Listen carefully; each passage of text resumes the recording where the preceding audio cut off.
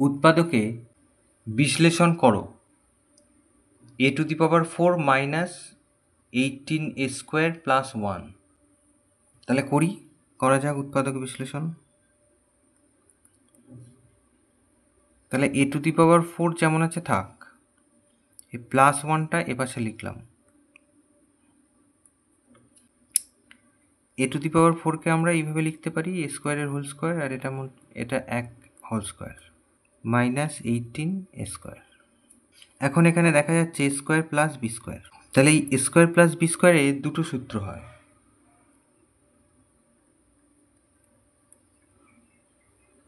একটা হচ্ছে a plus b whole square minus 2ab, আর একটা হচ্ছে a minus b whole square plus 2ab।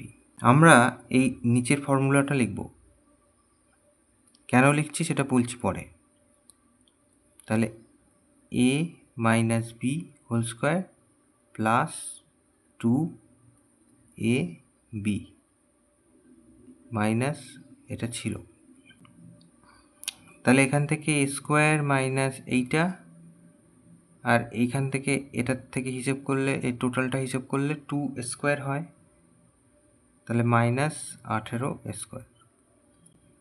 পরের লাইনে এই যে স্কোয়ার মাইনাস 1 এটা প্লাস এই দুটো হিসেব করলে কত হয়, মাইনাস 16a²। তাহলে পরের লাইনে এই যে square minus 1 whole square minus 4a whole square. তাহলে এই যে আমরা দ্বিতীয় সূত্রটা লিখেছিলাম, দ্বিতীয় সূত্র লেখার ফলে কি হয়েছিল, এইটা প্লাস আর এটা মাইনাস হিসেব করে আমরা 16 পেয়েছি, যাকে আমরা বর্গাকারে লিখতে পেরেছি। কিন্তু যদি আমরা প্রথম সূত্র লিখতাম তাহলে এটা মাইনাস হয়ে যেত। তাহলে মাইনাস মাইনাস এখানে দুটো মাইনাস, তাহলে 18 আর 2 20 হতো। তাহলে সেই 20 হলে 20কে আমরা বর্গাকারে লিখতে পারতাম না। তাহলে সেই জন্য আমরা দ্বিতীয় সূত্রটা এখানে লিখেছি। তাহলে পরিষ্কার দেখা যাচ্ছে a² মাইনাস b²। তাহলে সূত্র লিখে দেই, এই যে a plus b into a minus b. তাহলে এইটা আমাদের উত্তর,